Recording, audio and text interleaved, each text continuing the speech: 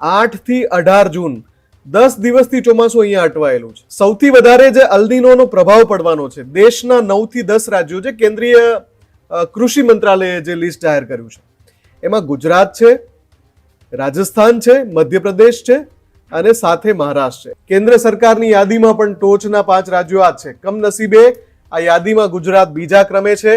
110 થી લઈને 116% બદલે આ વર્ષે માંડ 90% વરસાદ પડવાની સંભાવના. રાજસ્થાન ગુજરાતમાં સૌથી વધુ અસર થવા અંગેની યાદી. હજુ સુધી તમે અમારી ચેનલને સબસ્ક્રાઇબ નથી કરી તો અત્યારે જ ન્યૂઝરૂમ ગુજરાતને સબસ્ક્રાઇબ કરો. ફેસબુક અને ઇન્સ્ટાગ્રામ પર ફોલો કરો.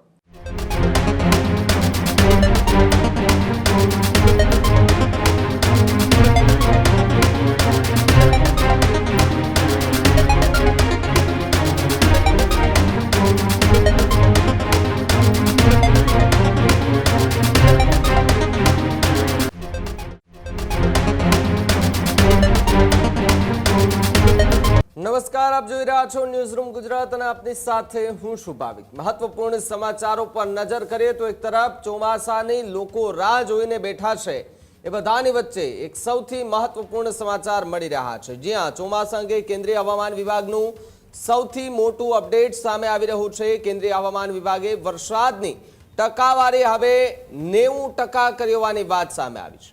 110 થી લઈને 116% બદલે આ વર્ષે માંડ 90% વરસાદ પડવાની સંભાવના. જ્યારે કેન્દ્ર સરકારે પણ દેશભરના પ્રભાવિત જિલ્લાની યાદી તૈયાર કરી છે. દેશભરના 197 જિલ્લા પર સુપર અલ્નીનોની અસર દેખાશે. રાજસ્થાન ગુજરાતમાં સૌથી વધુ અસર થવા અંગેની યાદી. આ તરફ ગુજરાતમાં મોટા ભાગના જિલ્લાઓમાં દુષ્કાળનો પણ ખતરો યથાવત રહેશે. 90% થી પણ ઓછો વરસાદ પડ્યો તો સૌથી મોટી ચિંતા. સાથે જ 8મી જૂનથી નૈઋત્યનું ચોમાસું અટવાયું હતું ત્યાંનું ત્યાં જ જોવા મળી રહ્યું છે. ત્યારે ચોખા, દાળ, સોયાબીન, મગફળીની વાવણી હવે પ્રભાવિત થશે. ખાવા પીવાની ચીજ વસ્તુઓ પણ વધારે મોંઘી થઈ શકે તેવી સંભાવના. જ્યારે 1950 બાદ 16માંથી 9 ઘટનામાં અલ્નીનોની અસર થઈ છે. 9 ઘટનામાં દેશમાં ચોમાસું ખોરવાયા હોવાની તારીખી જે છે તે ઇતિહાસ અત્યારે સર્જાતો જોવા મળી રહ્યો છે.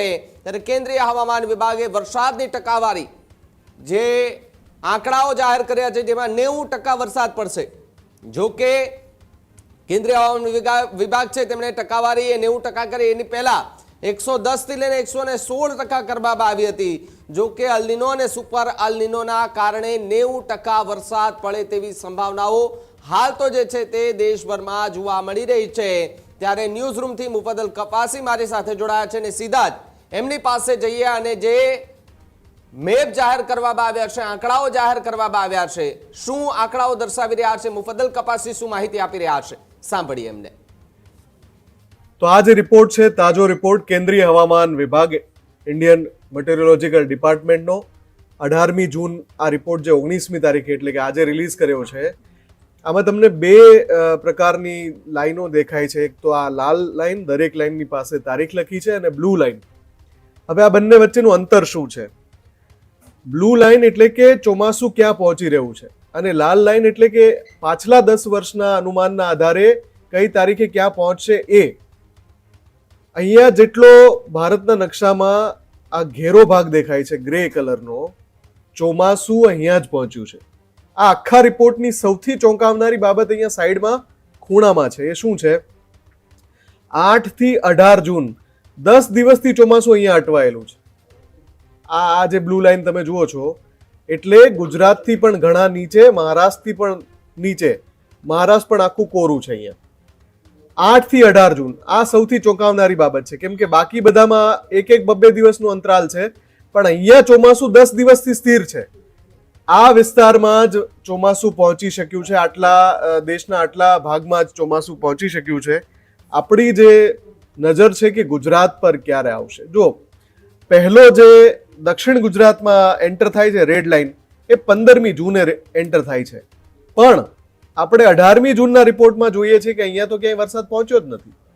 એટલે સરેરાશ પ્રમાણે કેટલા દિવસ પાછળ છીએ એ આપણે સમજી શકાય. અત્યારે જ અહીંયા નથી પહોંચ્યા, હજુ આટલું અંતર કાપવાનું બાકી છે, અને જો 10 દિવસથી વરસાદ અહીંયા રોકાયેલો છે તો આગળ હવે શું થશે? આ પ્રભાવ અલ્નીનોનો છે, સુપર અલ્નીનોનો આ પ્રભાવ છે, જેના કારણે છેલ્લા કેટલાક દિવસથી કેન્દ્રીય હવામાન વિભાગની જે તસવીરો આવે છે એ આટલા વિભાગમાં વરસાદની જ આવે છે. આ બધું હજુ કોરું ધાકોડ છે. અને સૌથી વધારે જે અલ્નીનોનો પ્રભાવ પડવાનો છે, દેશના 9 થી 10 રાજ્યો છે, કેન્દ્રીય કૃષિ મંત્રાલયે જે લિસ્ટ જાહેર કર્યું છે એમાં ગુજરાત છે, રાજસ્થાન છે, મધ્યપ્રદેશ છે અને સાથે મહારાષ્ટ્ર છે. એટલે પશ્ચિમ ભારતના આ તમામ રાજ્યો સુપર અલ્નીનોની અસરથી સૌથી વધારે પ્રભાવિત થવાના છે.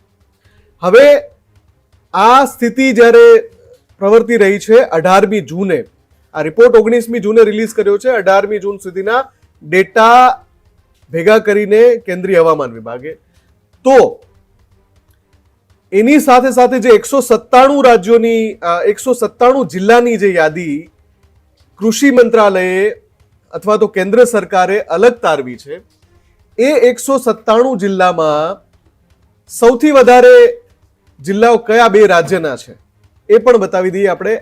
આ જે તસવીર છે ચોંકાવનારી, ડરામણી તસવીર છે, પણ સાથે સાથે આ હવે પછી હું જે યાદી બતાવું છું એ પણ ડરામણી છે. Around 200 district flagged for El Nino impact as weak monsoon forecast puts agriculture ministry in crisis mode. કેન્દ્ર સરકારે ક્રાઇસિસ મોડમાં જે 200 જેટલા જિલ્લાઓ મૂક્યા છે, 197 જિલ્લા, मानसून की बारिश पर अल नीनो का खतरा देश भर के 197 जिलों को लेकर, એમાં પ્રમુખ પ્રભાવિત રાજ્યની આ યાદી છે. આ જે યાદી છે અલગ અલગ રિપોર્ટ્સ છે, પણ મૂળ તો કેન્દ્ર સરકારે જે 197 જિલ્લાની યાદી તારવી છે કે ભાઈ સુપર અલ નીનોનો પ્રભાવ આ રાજ્યોમાં સૌથી વધારે રહેશે. એમાં સૌથી વધારે પ્રભાવ કેમાં પડવાનો છે? જો પહેલું નામ રાજસ્થાનનું છે અને બીજું નામ ગુજરાતનું છે, ત્રીજું મધ્યપ્રદેશનું છે, ચોથું છત્તીસગઢનું છે અને પાંચમું મહારાષ્ટ્રનું છે. આ બધા જ રાજ્યો પશ્ચિમ ભારતમાં આવે છે. હમણાં આપણે જે આ જોયું કેન્દ્રીય હવામાન વિભાગનું, અહીંયા હજુ કોરું ધાકોડ છે 19મી તારીખે, પણ 20, 21 કે 22 પણ આ બધા જ રાજ્યો કોરા ધાકોડ રહેવાના છે. કેન્દ્ર સરકારની યાદીમાં પણ ટોચના 5 રાજ્યો આ જ છે. કમનસીબે આ યાદીમાં ગુજરાત બીજા ક્રમે છે અને જે 197 જિલ્લાઓ પર અસર થવાની છે એમાં ગુજરાતના સૌથી વધારે જિલ્લા છે. એ પણ મોટી ચિંતાની વાત છે. હવે આગામી 4 થી 5 દિવસમાં આશા છે કે ચોમાસું વિધિવત રીતે ગુજરાતમાં પ્રવેશ કરે, પણ એ પણ જો અને તોની સ્થિતિ પર નિર્ભર છે.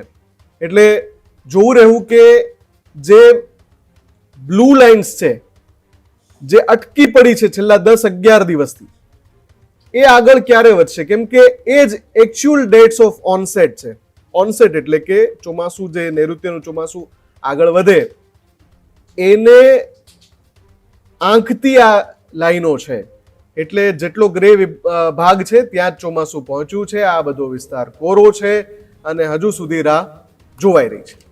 હજુ સુધી તમે અમારી ચેનલને સબસ્ક્રાઇબ નથી કરી તો અત્યારે જ ન્યૂઝરૂમ ગુજરાતને સબસ્ક્રાઇબ કરો, ફેસબુક અને ઇન્સ્ટાગ્રામ પર ફોલો કરો.